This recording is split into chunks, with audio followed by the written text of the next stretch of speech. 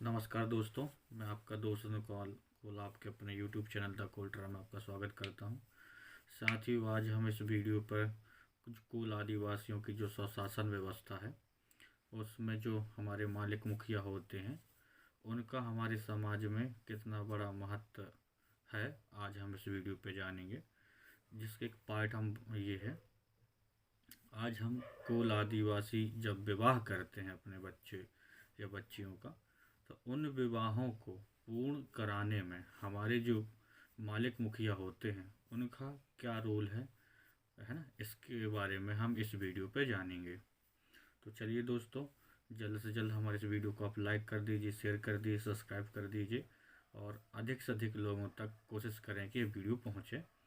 तो नमस्कार, मैं आपका दोस्त नकुल आपको फिर एक बार आपके अपने यूट्यूब चैनल द कोल ट्राई में आपका स्वागत करता हूं। और चलिए स्टार्ट करते हैं अब आगे का हम वीडियो। तो साथियों, होता क्या है कि जब हमारे गांव में जो जब कोई परिवार अपने बच्चे या बच्ची का विवाह करता है, तो जब दोनों परिवार, जब एक लड़का वाला और एक लड़की वाला जब एक दूसरे पे मिल कर के अपने बच्चों की बातें शेयर करते हैं कि हमारे यहाँ बच्चा है, वो भी बोलते हैं हमारे यहाँ पे बच्ची है, तो जब दोनों की बातें मिलान कर जाती हैं तब वो लोग अपने घर पे एक दूसरे को बुलाते हैं। सपोज पहले कहा जाए तो कि लड़की वाला लड़के वालों को बुला रहा है, तो उसमें क्या होता है कि जिस दिन लड़की के घर लड़के वाले आने होते हैं तो वो लड़की वाला अपने मालिक मुखिया को सूचित करता है कि सम्मानी, आज मेरे घर में मेहमान आने वाले हैं और इस मामले का आज कार्यक्रम है मेरे घर में, अतः आप सादर आमंत्रित हैं और आपके साथ आपकी जो रैयत है या आपकी जो समाज है वो आपके साथ सादर आमंत्रित है मेरे घर में, अतः जब मेहमान आए तो आप मेरे घर पहुंचिएगा। इतना सूचना वो उनके मालिक मुखियों के घर जा कर के वो देते हैं। और जब समय आ जाता है, मान लीजिए जब एक टाइम हो जाता है कि वो मेहमान आ जाते हैं घर,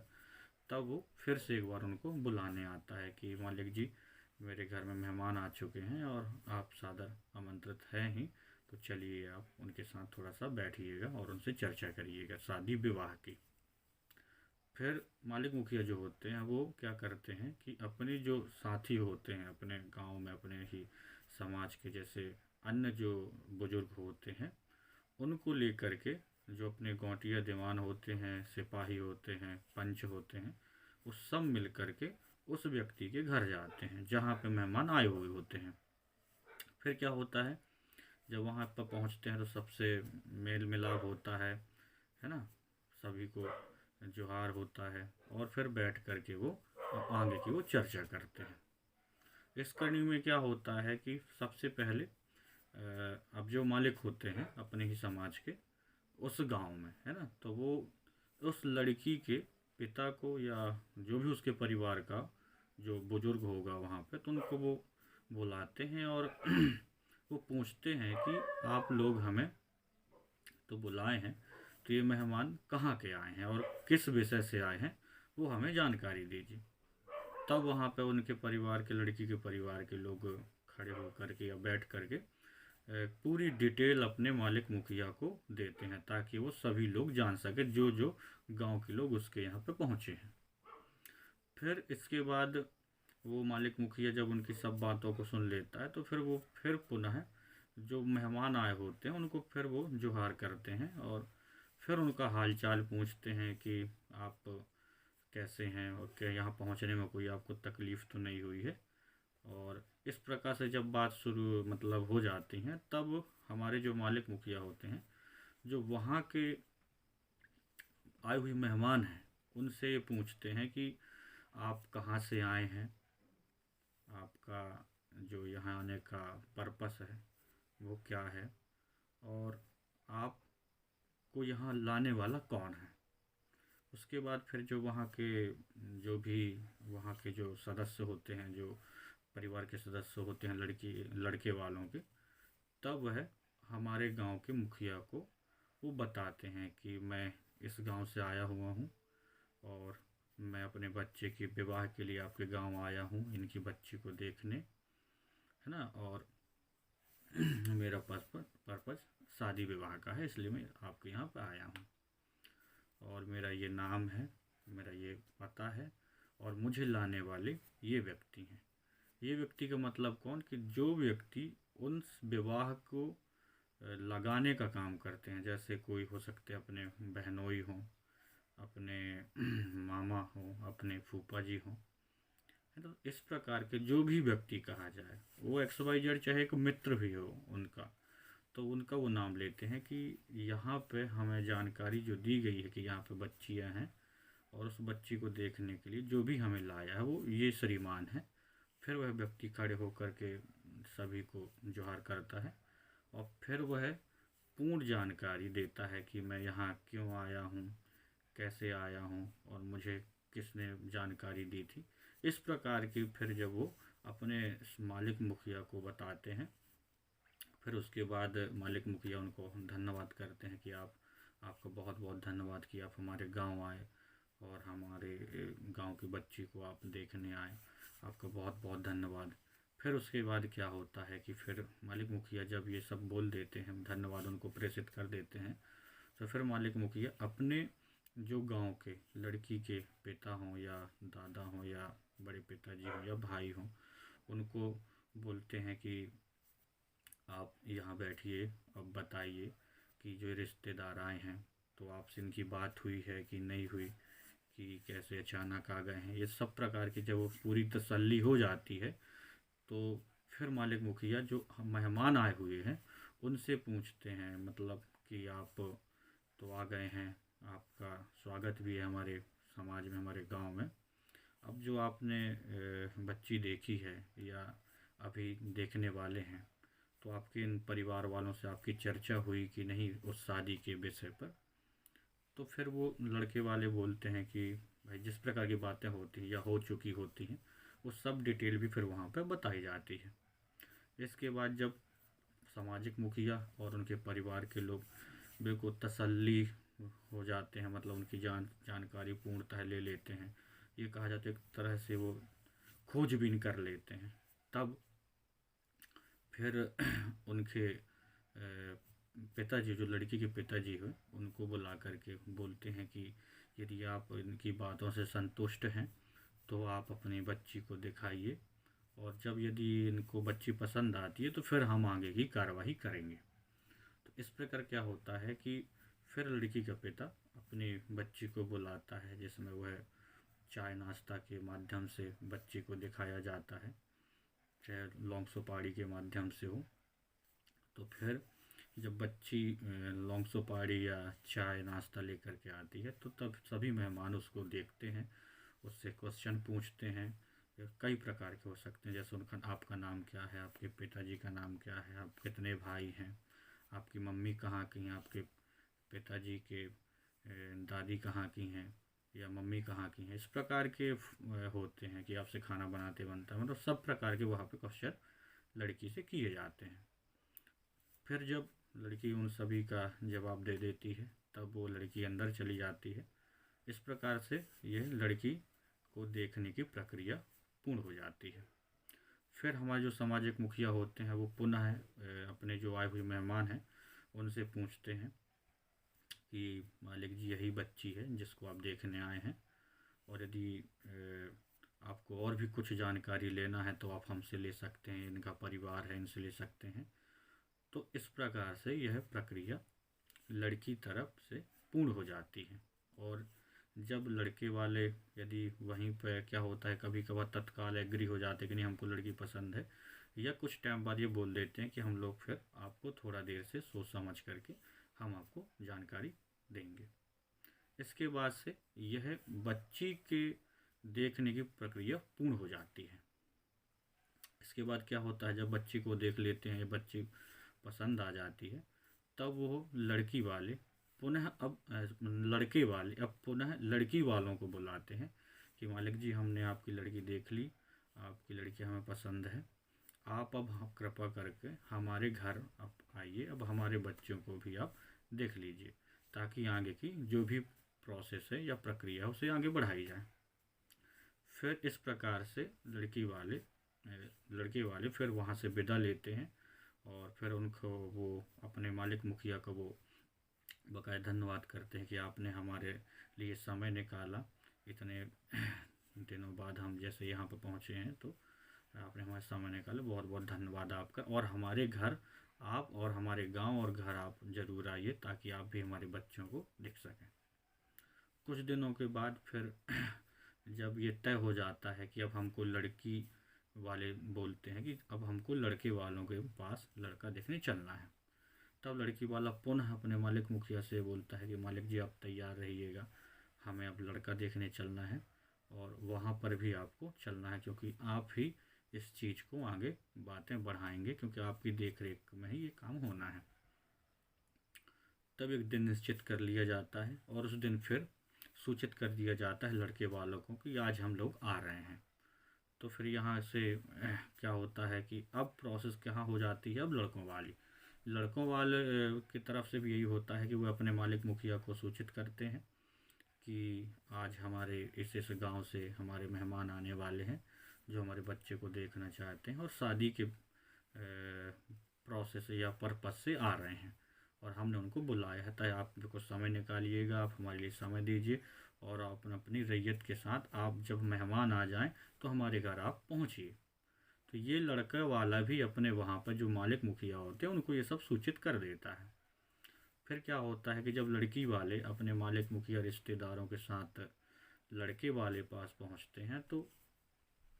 लड़का वाला पुनः अपने मालिक मुखिया को बुलाने जाता है और उनको बोलता है कि लड़की वाले आ गए हैं मेहमान, अब आप चलिए हमारे घर। तो लड़के के जो मालिक मुखिया होते हैं लड़के तरफ के वो भी वहाँ पर पहुँचते हैं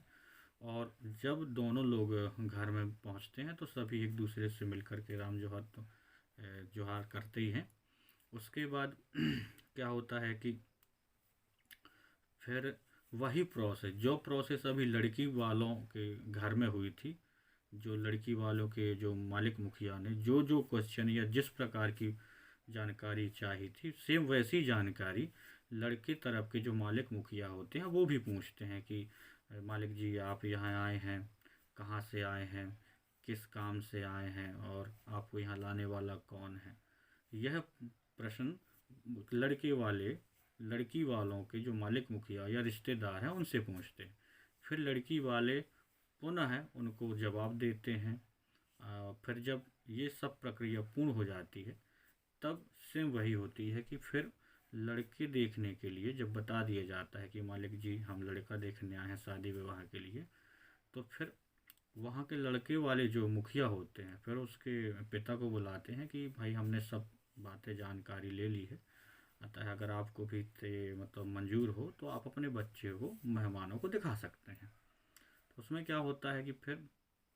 जो लड़का वाला होता है फिर वह अपने बच्चे को बुलाता है, वो उसी के माध्यम से जैसे चाय नाश्ता हो गया या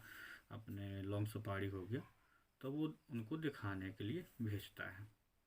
फिर जब लड़की वाले उसको देखते हैं फिर उससे भी वही क्वेश्चन आंसर लड़की वाले भी करते हैं कि आपका नाम क्या है, आपके पिताजी का नाम क्या है, आपके पिताजी कहाँ के रहने वाले हैं, अपनी माता जी कहाँ के रहने वाली हैं,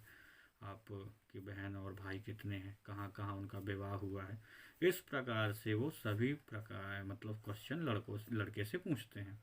और लड़का उनका वो क्वेश्चनों के जवाब देते जाता है। जब क्वेश्चन आंसर का समय वो हो जाता है फिर लड़का अंदर चला जाता है और फिर पुनः अब हमारे मालिक मुखिया जो लड़के तरफ के मालिक मुखिया हैं और लड़की तरफ के मालिक मुखिया हैं दोनों एक जगह बैठ करके पुनः अब जब लड़का यदि लड़की वालों को लड़का पसंद आ जाता है तो पुनः वहाँ पर वो चर्चा हो जाती है कि हमको लड़का आपका पसंद है और अब आप हमारे घर आइए और शादी की जो नेक्स्ट प्रोसेस है उस पर आप बात करते हैं और शादी की रस्मों को हम आगे बढ़ाते हैं। इस प्रकार साथियों क्या होता है, अब इस प्रकार साथियों अब यह लड़का देखने और लड़की देखने की प्रोसेस पूर्ण हो जाती है। कुछ दिन के बाद फिर वो लड़का लड़की वाले आपस में चर्चाएं करके शादी की अगली डेट करते हैं, जिससे हम आजकल के लोग हम तिलक बोलते हैं या लगन बोलते हैं, वो आगे की प्रोसेस करते हैं। तो सेम उसमें भी यही होता है, जब अगर लड़की के यहाँ लड़की के यहाँ जाना होता है अपन को ओली डालने, तब वह लड़के वाले भी बोलते हैं कि मालिक जी आज बच्ची की ओली डालने चलना है और आप सादर आमंत्रित हैं, तैयार रहिएगा, अपन को वहाँ पे चलना है। और जब लड़की वालों को लड़के के यहाँ तिलक या वो करने क्या बोलते हैं लगुन चढ़ाने आते हैं, तो वो भी लड़की वाले अपने मालिकों के से बोलते हैं कि आपको वहाँ चलना है और हमें ये प्रोसेस करना है। तो जब ये प्रोसेस होती हैं, जब ये प्रक्रिया होती हैं, जिस दिन भी होती हैं,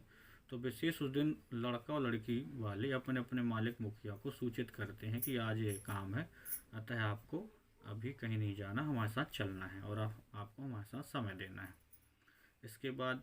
पुनः इससे ये साबित होता है कि जो भी विवाह की प्रक्रिया होती हैं वो मालिक मुखियों की देखरेख में ही होती हैं।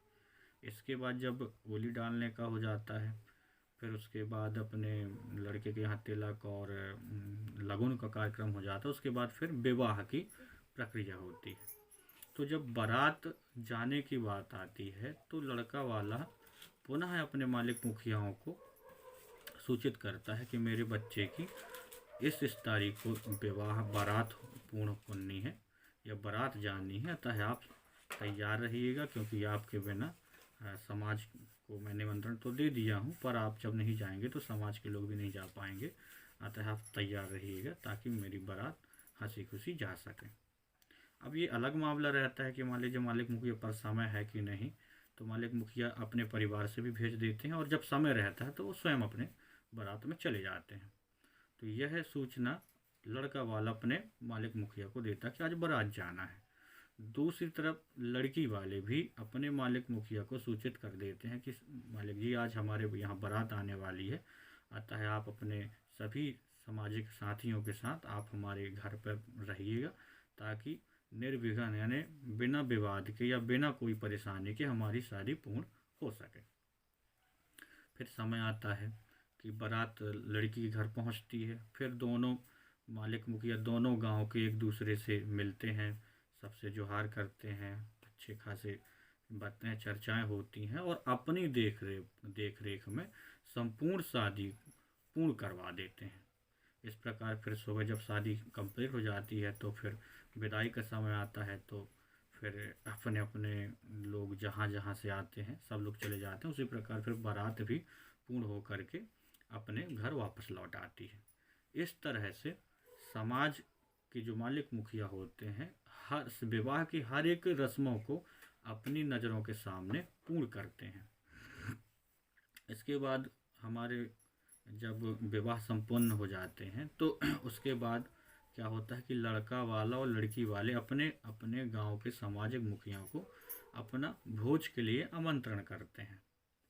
अब वो इसलिए साथियों जो मैंने पूछा लोगों से कि ऐसा मतलब विवाह के बाद ही आप भोजन कराते हैं, आप पूर्व भी करा सकते हो और नहीं भी करा सकते हैं। भाई नहीं भी करा सकते हैं, कोई ज़रूरी तो है नहीं। तब ये उसमें जानकारी निकल के आई है कि हमारे जो मालिक मुखिया इतने दिनों से हमारे लड़कों की जो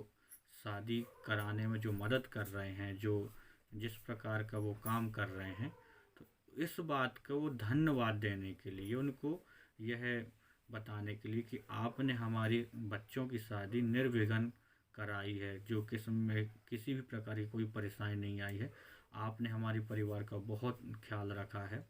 और आपके देख रेख में ही हमारे बच्चों के विवाह विवाह पूर्ण हुए हैं।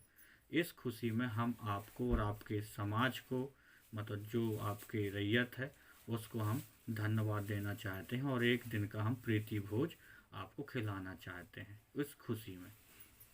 इस प्रकार से क्या होता है कि जब लोग भोजन करने आते हैं तो अपने साथ आशीर्वाद भी वर वधू को देते हैं, अपने बच्चों को लड़कों को देते हैं। तो सेम यह प्रोसेस होती है। इससे यह साबित हो जाता है कि हमारे जो कोल आदिवासी में जो भी विवाह की रस्में हैं या जो भी कहा जाए तो एक विवाह को स्टार्ट होने से विवाह पूर्ण होने तक जो भी प्रक्रियाएं हैं, जो भी प्रोसेस हैं, जो भी रीति रिवाज हैं, जो भी अपने संस्कृति है, उसको पूर्ण कराने में हमारे सामाजिक मुखियाओं का बहुत बड़ा रोल है। और हमारे जो गांव के लोग होते हैं, हमारे समाज के लोग होते हैं, अपने मालिक मुखियाओं की बिना अनुमति के या बिना उनके अनुपस्थिति में यह कार्यक्रम पूर्ण नहीं कराते हैं। और हमारे मालिक मुखिया भी जब कोई परिवार उनसे यह अपेक्षा करता है कि हमारे मालिक मुखिया हैं, हमारी वो मदद करेंगे, हमारे वो मार्गदर्शन करेंगे, तो वो मालिक मुखिया बाकायदा उनका बहुत ध्यान रखते हैं, उनके परिवार का ध्यान रखते हैं कि उनकी शादी में किसी प्रकार की परेशानी किसी को ना हो। तो इस प्रकार से यह जो हमारे मालिक मुखिया हैं अपना कार्य बहुत हंसी खुशी से और निस्वार्थ भाव से यह कार्य करते हैं। तो इस प्रकार साथियों, आज हम इस वीडियो पे जाने कि हमारे मालिक मुखियों का विवाह जो पद्धति है कुल समाज की, उसमें कितना बड़ा महत्व है। अतः अगर वीडियो आपको पसंद आए तो इसको लाइक करिए, शेयर करिए और अधिक से अधिक लोगों तक पहुंचाइए, ताकि हम कुल आदिवासी अपनी जो पुरातन रीति रिवाज है, संस्कृति है, इतिहास है, हम जान सकें। और इसी के साथ हम इस वीडियो को समाप्त करते हैं। नमस्कार, जय जवाहर।